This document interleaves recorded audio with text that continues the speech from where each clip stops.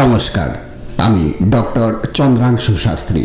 চিরন্তনী YouTube চ্যানেলে সকলকে স্বাগত।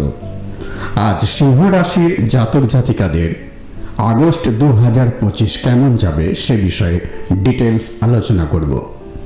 মাসিক রাশিফলে আমি শিক্ষা, স্বাস্থ্য, প্রেম, দাম্পত্য জীবন, ভাগ্য, কেরিয়ার, ব্যবসা সম্পর্কে আলোচনা করি এবং সহজ প্রতিকারের উল্লেখ করি। আপনি যদি এই চ্যানেলে নতুন হন তো প্লিজ চ্যানেলটিকে সাবস্ক্রাইব করে নেবেন। এখানে বিভিন্ন রাশির মাসিক রাশিফল, বিভিন্ন টোটকা, বিভিন্ন পূজা পার্বণের বিধি ও নির্ঘণ্ট নিয়মিত সম্প্রচারিত হয়। প্রথমেই আগস্ট মাসের গ্রহের সঞ্চার সম্পর্কে বলবো। সিংহ রাশির ফার্স্ট হাউসে কেতু, সেকেন্ড হাউসে মঙ্গল, সেভেন্থ হাউসে রাহু, এইথ হাউসে শনি, 11th হাউসে বৃহস্পতি ও শুক্র, 12th হাউসে অবস্থান করছে রবি এবং বুধ। স্বাস্থ্য, সিংহ রাশির ফার্স্ট হাউসের অধিপতি গ্রহ হলো রবি। রবি 16 আগস্ট পর্যন্ত সিংহ রাশির দ্বাদশে অবস্থান করবে। লগ্নপতি দ্বাদশে অবস্থানের অর্থ হলো এই সময়কালে আপনাদের ইমিউনিটি কম থাকবে। দ্বাদশ ঘর হলো হসপিটালের ঘর, ব্যয়ের ঘর। দ্বাদশ ঘর হলো দুস্থান। 16 আগস্ট পর্যন্ত সাবধানে থাকুন, সাবধানে গাড়ি চালান, স্বাস্থ্যকর খাবার খান। 16 আগস্টের পর আপনাদের রাশির অধিপতি রবি সিংহ রাশিতে প্রবেশ করলে আপনাদের ইমিউনিটি বৃদ্ধি পাবে, আপনারা রোগ প্রতিরোধক ক্ষমতা অর্জন করবেন এবং আগামী 1 মাস আপনাদের স্বাস্থ্য খুব ভালো যাবে। শিক্ষা, পঞ্চম ঘর থেকে শিক্ষার বিচার করা হয়। সিংহ রাশি তথা লগ্নের পঞ্চমপতি হলেন দেবগুরু বৃহস্পতি। বৃহস্পতি বর্তমানে আপনাদের 11th হাউসে অবস্থান করছে। 11th হাউস হল লাভস্থান বা সাফল্যের স্থান। একাদশে বৃহস্পতির অবস্থান করায় তার সপ্তম দৃষ্টি সরাসরি পড়ছে আপনাদের 5th হাউসে। ফলে এডুকেশনের ক্ষেত্রে আপনারা যথেষ্ট ভালো ফল দেখতে পাবেন। আমাদের লগ্নপতি রবি 16 আগস্টের পর সিংহ রাশিতে প্রবেশ করলে কম্পিটিটিভ এক্সামের ক্ষেত্রে সাফল্য সম্ভাবনা বৃদ্ধি পাবে। লাভ রিলেশন, পঞ্চম ঘর থেকে বিচার্য লাভ রিলেশন। সিংহ রাশির পঞ্চমপতি বৃহস্পতি একাদশে অবস্থান করছে এবং শুক্র এবং আপনাদের একাদশে অবস্থান করছে বৃহস্পতি একত্রে।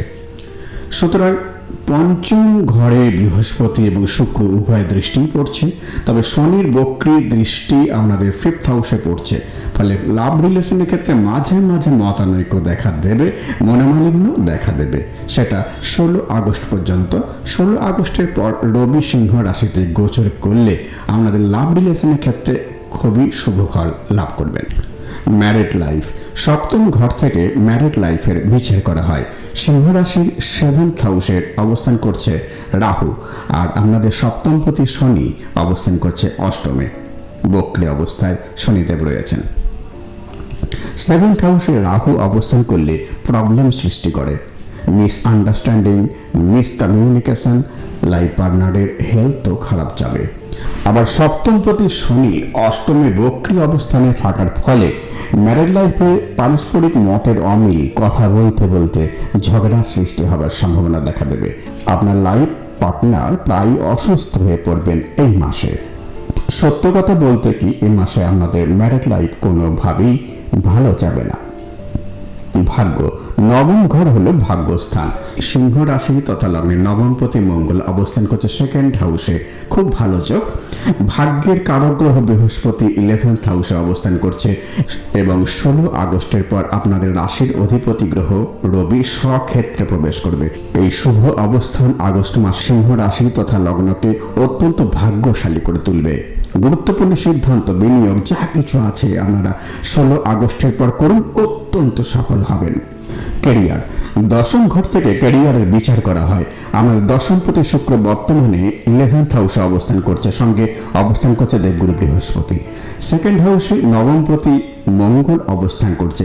16 আগস্ট রবি আপনাদের 1st হাউসে চলে যাবে।